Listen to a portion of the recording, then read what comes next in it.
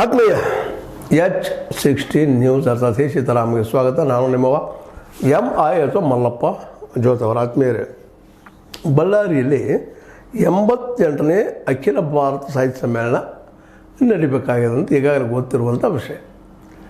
ಈ ಹಿನ್ನೆಲೆಯಲ್ಲೇ ಅಲ್ಲಿ ಇನ್ನೂ ಕಾರ್ಯಕ್ರಮ ಯಾವುದು ಸ್ಟಾರ್ಟ್ ಆಗಿಲ್ಲ ಅನ್ನೋದು ಈಗ ಆತಂಕದ ಕೆಲಸ. ಯಾಕಂದರೆ 5 ತಿಂಗಳು ಉಳಿತು.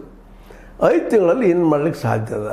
ಯಾಕಂದ್ರೆ ಒಂದಲ್ಲ ಎರಡಲ್ಲ ನೂರಾರು ಕೆಲಸಗಳಿದ್ದಾವೆ. ಮಧ್ಯದ್ದು ಇನ್ನೂ ಜಾಗ ಎಲ್ಲಿ ಮಾಡಬೇಕು ಅನ್ನೋದು ಫಿಕ್ಸ್ ಆಗಿಲ್ಲ, ಸ್ಥಳ. ಹೀಗಾಗಿ ಅದ್ರ ಸಮಯವೂ ಫಿಕ್ಸ್ ಇಲ್ಲ. ಯಾವಾಗ ಮಾಡಬೇಕಪ್ಪ? ಸಮಯ, ಟೈಮೂ ಇಲ್ಲ, ಜಾಗನೂ ಇಲ್ಲ. ಅದು ಮಾಡೋದಿಲ್ಲ. ಇದೆಲ್ಲ ಯಾಕಂದ್ರೆ ವೆರಿ ಸಿಂಪಲ್. ಅದರಿಂದ ಭಾಳ ವಿಚಾರ ಮಾಡೋದಿಲ್ಲ. ಮಹೇಶ್ ಜೋಶಿ ಅವ್ರ ಮೇಲೆ ಸಾಕಷ್ಟು ಈಗಾಗಲೇ ಕೇಸ್ಗಳದಾವ. ಅವ್ರ ವಿರೋಧಿಗಳು ಅವ್ರನ್ನ ಕೋರ್ಟಿಗೆ ಎಳಿತಾ ಇದ್ದಾರೆ. ಭ್ರಷ್ಟಾಚಾರ ಅನ್ನೋಂಥ ಆರೋಪಗಳಿದ್ದಾವೆ.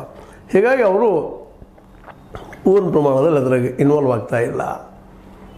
ಈಗಾಗಲೇ ಒಂದಿಷ್ಟೇನೋ ಅಧ್ಯಕ್ಷರನ್ನು ಘೋಷಣೆ ಮಾಡಿದ್ರು, ಏನೋ ಒಪ್ಪಿದರೋ ಇಲ್ಲೋ ಇನ್ನೂ ಪಕ್ಕ ಆಗಿಲ್ಲ.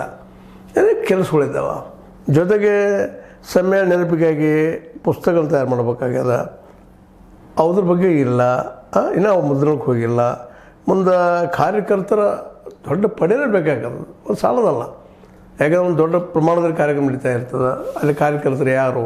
NCC ಅವರಾಗಿರ್ಬೋದು, ಸ್ಕೌಟ್ದವ್ರಾಗಿರ್ಬೋದು, NSSದವ್ರು ಆಗಿರ್ಬೋದು, ಕಾಲೇಜ್ ವಿದ್ಯಾರ್ಥಿಗಳಾಗಿರ್ಬೋದು. ಬಳ್ಳಾರಿ ಏರಿಯಾದಲ್ಲಿ ಯಾರು ಇರ್ತಾರೆ ಅವರು ಅದ್ರ ಭಾಗ ವಹಿಸ್ಬೇಕಾಗ್ತದೆ. ಅವ್ರಿಗೆ ಇನ್ನೂ ಆಗಿಲ್ಲ.